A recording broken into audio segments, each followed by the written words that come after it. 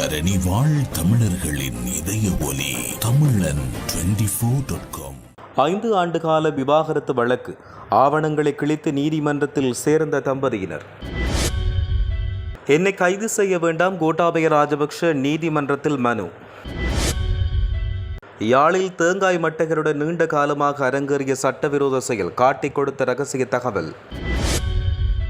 யோசித ராஜபக்சவின் மனு மேன்முறையீட்டு நீதிமன்றம் பிறப்பித்துள்ள உத்தரவு. 10ஆம் வகுப்பு மாணவனால் போலீசாருக்கு காத்திருந்த ஷாக், விசாரணையில் வெளியானது பின்னணி. நாட்டில் டெங்கு அதி அபாய வலயங்களின் எண்ணிக்கை சடுதியாக அதிகரிப்பு, விடுக்கப்பட்டுள்ள எச்சரிக்கை. 2 மாத குழந்தையை 50,000 ரூபாவுக்கு விற்ற பெண். சுவிஸ் ஆஃப்ரிங்கன் நகரத்தில் குறைந்த விலையில் சிறந்த தரத்தில் உங்கள் வீட்டு தேவைகளுக்கான யாவும் ஒரே இடத்தில். Little Asia.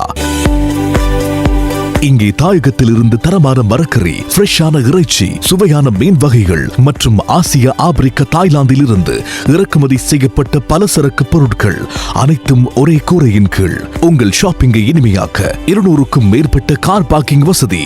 மேலும் ஹைவேயில் இருந்து வரும் 700 மீட்டர் தூரத்தில் மிக பிரம்மாண்டமான லிட்டில் ஏசியா எக்ஸோட்டிக் ஃபுட். இன்னும் என்ன யோசிக்கிறீங்க? இப்பவே வாங்க, கையோட அள்ளிட்டு போங்க.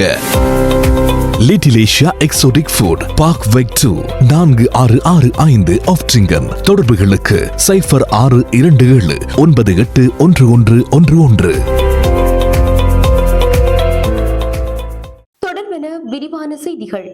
5 ஆண்டுகால விவாகரத்து வழக்கு ஆவணங்களை நீதிமன்ற வளாகத்துக்குள் கிழித்தறிந்த மனைவி தனது கணவருடன் ஒன்று சேர்ந்துள்ள சம்பவம் நெகிழ்ச்சியை ஏற்படுத்தியுள்ளது. இது தொடர்பில் இந்திய ஊடகங்கள் குறிப்பிடுகையில், டெல்லியைச் சேர்ந்தவர் ஷிகா. இவர் தனியார் பள்ளியில் ஆசிரியராக பணியாற்றி வருகிறார். கடந்த 2020ஆம் ஆண்டில் ஷிகாவுக்கும் சாப்ட்வேர் இன்ஜினியர் ஜவுரவுக்கும் திருமணம் நடந்தது. திருமணம் நடந்து சில மாதங்களிலேயே இருவருக்கும் இடையில் கருத்து வேறுபாடுகள் எழுந்தன.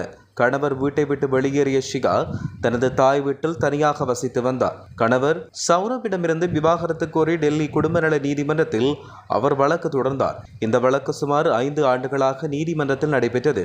இந்நிலையில் சில வாரங்களுக்கு முன்னர் ஷிகாவின் தந்தைக்கு திடீரென்று மாரடைப்பு ஏற்பட்டது. நிதிச்சுமை காரணமாக அவர் அரச மருத்துவமனையில் அனுமதிக்கப்பட்டார். இந்த தகவல் சௌரவுக்கு தெரிய வந்தது.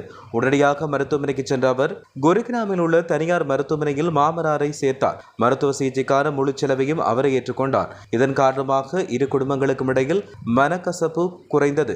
ஷிகாவின் மனநிலையில் மிகப்பெரிய மாற்றம் ஏற்பட்டது. சில நாட்களுக்கு முன் டெல்லியில் உள்ள குடும்ப நல நீதிமன்றத்தில் விவாகரத்து வழக்கு மீண்டும் விசாரணைக்கு எடுத்துக் கொள்ளப்பட்டது. இதில் ஆஜரான ஜவுரவும் ஷிகாவும் நீதிமன்றத்துக்கு சென்றனர். அப்போது நீதிமன்ற வளாகத்தில் கணவரை பார்த்த ஷிகா ஓடோடி சென்று கட்டி அணைத்து கதறி அழுததோடு தன்னுடைய கையில் வைத்திருந்த விவாகரத்து வழக்கு ஆவணங்களை கிழித்தறிந்துள்ளதாக தெரிவிக்கப்படுகிறது.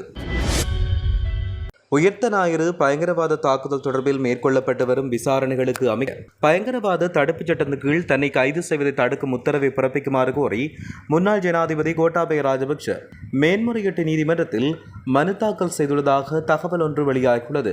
இவ்வாறு அவர் முன்கூட்டியே மனு தாக்கல் ஒன்றை செய்துள்ளதாக தெரிவிக்கப்படுகிறது. சட்டத்தரணி சனத் விஜயவர்தன ஊடாக இந்த மனு தாக்கல் செய்யப்பட்டுள்ளது. இந்த மனுவின் பிரதிவாதிகளாக போலீஸ் மா அதிபர், குற்றப்புலனாய்வு திணைக்களத்தின் பணிப்பாளர் சானி அபிசகர, அதன் நிலைய பொறுப்பதிகாரி மாதவ குணவர்த்தன ஆகியோர் பெயரிடப்பட்டுள்ளனர். கிளிநொச்சியிலிருந்து தேங்காய் மட்டைகளுக்குள் மறைத்து சட்டவிரோதமான முறையில் மணலை கடத்தி வந்த வாகன சாரதியை சாவகச்சேரி போலீசார் கைது செய்துள்ளனர். பளை பகுதியிலிருந்து தேங்காய் மட்டைகளை ஏற்றிச் செல்வது போல வாகனத்தில் அனுமதி பத்திரமின்றி மணலை ஏற்றி அதன் மேல் தேங்காய் மட்டைகளை பரவி யாழ்ப்பாண பருத்தத்துறை பகுதிக்கு நபரொருவர் நீண்ட காலமாக கடத்தி வந்தார். இந்நிலையில் சாவகச்சேரி போலீசாருக்கு கிடைத்த தகவலின் அடிப்படையில் குறித்த வாகனத்தை வழிமறித்து சோதனையிட்ட போது தேங்காய் மட்டைக்குள் மணலை கடத்தி சென்றமை கண்டறியப்பட்ட நிலையில் வாகன சாரதி கைது செய்யப்பட்டுள்ளார். பணச்சுத்திகரிப்பு தடுப்புச் சட்டத்தின் கீழ் தமக்கு எதிராக சட்டமா அதிபரால் தாக்கல் செய்யப்பட்டுள்ள வழக்கின் சதித்திட்டம் என்ற குற்றச்சாட்டை முன்னோக்கி கொண்டு செல்ல முடியாது என தீர்ப்பளிக்குமாறு கோரி யோசித ராஜபக்ஷ தாக்கல் செய்த மனு மீதான விசாரணைகள் நிறைவடைந்துள்ளன.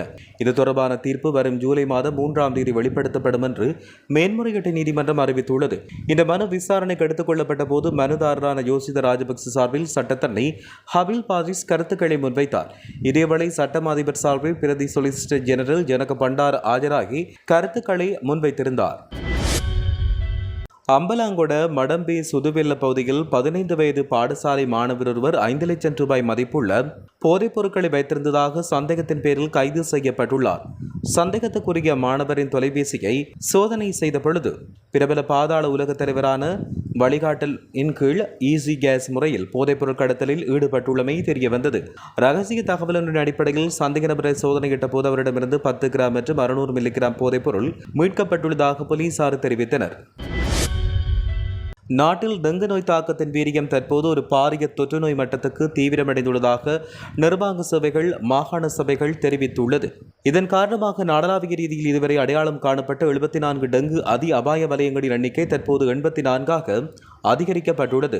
தற்போது நிலவி வரும் மழையுடனான காலநிலை மற்றும் பின்வரும் 14 மாவட்டங்களில் டெங்கு நோய் மிகவும் அதிவேகமாக பரவி வருவதாக சுகாதார அமைச்சு எச்சரித்துள்ளது.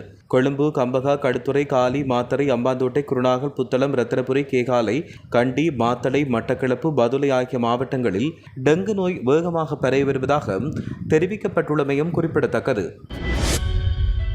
தமிழ்நாடு திருப்பத்தூர் ஆம்பூரில் 50,000க்கு 2 மாத குழந்தையை விற்ற சம்பவம் ஒன்று பரபரப்பை ஏற்படுத்தியுள்ளது. போலீசார் மேற்கொண்ட விசாரணையில் பெண் குழந்தையொன்றை விற்பனை செய்ததாக குற்றம் சாட்டப்பட்ட தாய் கைது செய்யப்பட்டுள்ளார். குழந்தையை வாங்கிய நபர் உள்ளிட்ட சம்பவத்தோடு தொடர்புடைய பலரும் விசாரணைக்குட்படுத்தப்பட்டுள்ளனர். விசாரணையின் அடிப்படையில் குழந்தையை சட்டவிரோதமாக விற்பனை செய்த குற்றச்சாட்டின் கீழ் மொத்தம் 6 பேருக்கு எதிராக வழக்கு பதிவு செய்யப்பட்டுள்ளது. இதையடுத்து சம்பவத்துடன் தொடர்புடையவர்களை கைது செய்யும் நடவடிக்கைகளை காவல்துறையினர் மேற்கொண்டு வருவதாகவும் தெரிவிக்கப்பட்டுள்ளது. முன்னாள் ஜனாதிபதி மஹிந்த ராஜபக்ஷவின் அருகில் சென்ற தற்போதைய சமகால அரசாங்கத்தின் பிரதி அமைச்சர் சுனில் வட்டக்கல அவருடன் மிகவும் நெருக்கமாக கலந்துரையாடல் ஒன்றை மேற்கொண்டார். இது தொடர்பான காணொலி காட்சிகள் சமூக வலைதளங்களில் வெளியாகி புதிய அரசியல் கூட்டணிகள் எதுவும் உருவாகிறதா என்ற ரீதியில் பேசுபொருளாக மாறியுள்ளது. ஜனாதிபதி சட்டத்தரணியும் உபுல் குமாரபிரவின் மகனும் இறுதிக்கிரியின் போது இந்த உரையாடல் இடம்பெற்றதாக கூறப்படுகிறது. இந்நிலையில் சமூக வலைதளங்களில் பெரிய வரும் அந்த விசேட காட்சியை தான் பார்த்ததாக ஒப்புக்கொண்ட மஹிந்த ராஜபக்ஷ எனினும் அந்த பிரதி அமைச்சர் தன்னிடம் என்ன விடயத்தை தெரிவித்தார் என்பது தனக்கு ஞாபகம் இல்லை என்றும் அவர் கூறியுள்ளார். நீர்கொழும்பு பகுதியில் மசாஜ் நிலையம் என்ற போர்வையில் நடத்தப்பட்டு வந்த விபச்சார விடுதி ஒன்றை வலான மத்திய ஊழல் ஒழிப்பு பிரிவினர் முற்றுகையிட்டு 3 சந்தேக நபர்களை கைது செய்துள்ளனர். நேற்று நீர்கொழும்பு போலீஸ் பிரிவுக்குட்பட்ட கொப்பரா சந்தி பகுதியில் வலான மத்திய ஊழல் ஒழிப்பு அதிரடிப்படை அதிகாரிகளுக்கு கிடைத்த ரகசிய தகவலின் பேரில் இந்த முற்றுகை இடம்பெற்றுள்ளது. இதன்பொழுது குறித்த விடுதியை முகாமத்துவம் செய்த பெண் ஒருவரும் விபச்சாரத்தில் ஈடுபடுவதற்காக அங்கு தங்கியிருந்த மேலும் 2 பெண்களும் கைது செய்யப்பட்டு மேலதிக நடவடிக்கைகளுக்காக நீர்கொழும்பு போலீஸ் நிலையத்தில் ஒப்படைக்கப்பட்டுள்ளனர். கைது செய்யப்பட்ட பெண்கள் 31, 35 மற்றும் 40 வயதுடையவர்கள் என்று தெரிவிக்கப்பட்டதோடு இவர்கள் வாரியப்புல, பூசா மற்றும் மத்துமக்க ஆகிய பகுதிகளைச் சேர்ந்தவர்கள் என்றும் போலீசார் தெரிவித்துள்ளனர். இலங்கையில் இன்றைய தினம் தங்கத்தின் விலை அதிகரிப்பை பதிவு செய்துள்ளதாக தெரிவிக்கப்படுகிறது. இன்றைய தினம் 24 கேரட் தங்கம் பவுன் ஒன்று 2,000 ரூபாவால் அதிகரித்து 3,94,000 ரூபாவாக விற்பனை செய்யப்படுகிறது. 22 கேரட் தங்கம் பவுன் ஒன்று 4,000 ரூபாவால் அதிகரித்து 3,62,500 ரூபாவாக விற்பனை செய்யப்படுகிறது. தடுப்பு காவலில் வைக்கப்பட்டுள்ள அரசு புலனாய்வு சேவையின் முன்னாள் பணிப்பாளர் சுரேஷ் அலே சித்திரவதைகளுக்கு உள்ளாக்கப்பட்டுள்ளதாக கிடைத்துள்ள முறைப்பாடு தொடர்பில் இலங்கை மனிதுரிமைகள் ஆணைக்குழு விசாரணைகளை ஆரம்பித்துள்ளது. மேலும் அது அறிவிப்பொன்றையும் வெளியிட்டுள்ளது. குறித்த முறைப்பாடு தொடர்பில் தொடர்ந்து விசாரணைகளை மேற்கொண்டு வருவதோடு இன்று குற்றப்புலனாய்வு திணைக்கள அதிகாரிகளிடம் வாக்குமூலம் பெறப்படும் என அந்த ஆணைக்குழுவின் ஆணையாளர் நிமல்ஜி புஞ்சிகேவா தெரிவித்துள்ளார். குற்றப்புலனாய்வு திணைக்களத்தின் தடுப்பு காவலில் உள்ள சுரேஷ் அலே பல்வேறு சித்திரவதைகளுக்கு உள்ளாக்கப்பட்டுள்ளதாக அவருடைய உறவினர்களால் இலங்கை மனிதுரிமைகள் ஆணைக்குழுவில் அண்மையில் முறைப்பாடு ஒன்று செய்யப்பட்டது. அந்த முறைப்பாட்டின் பிரகாரம் சுரேஷ் அலே தடுத்து வைக்கப்பட்ட சிறைக்கூடம் குறித்து விசேட பரிசோதனை ஒன்று நடத்தப்பட்டுள்ளதாக தெரிவிக்கப்படுகிறது. அவர் குற்றப்புலனாய்வு திணைக்களத்தின் சாதாரண சிறைக்கூடம் ஒன்றில் தடுத்து வைக்கப்பட்டிருந்ததாகவும் அந்த சிறைக்கூடத்திற்குள் முறையான காற்றோட்டம் இல்லாதமை உள்ளிட்ட பல்வேறு பொதுவான அமைப்புகள் குறைபாடுகள் அவதானிக்கப்பட்டுள்ளதாகவும் இலங்கை மனிதுரிமைகள் ஆணைக்குழு தெரிவித்துள்ளது.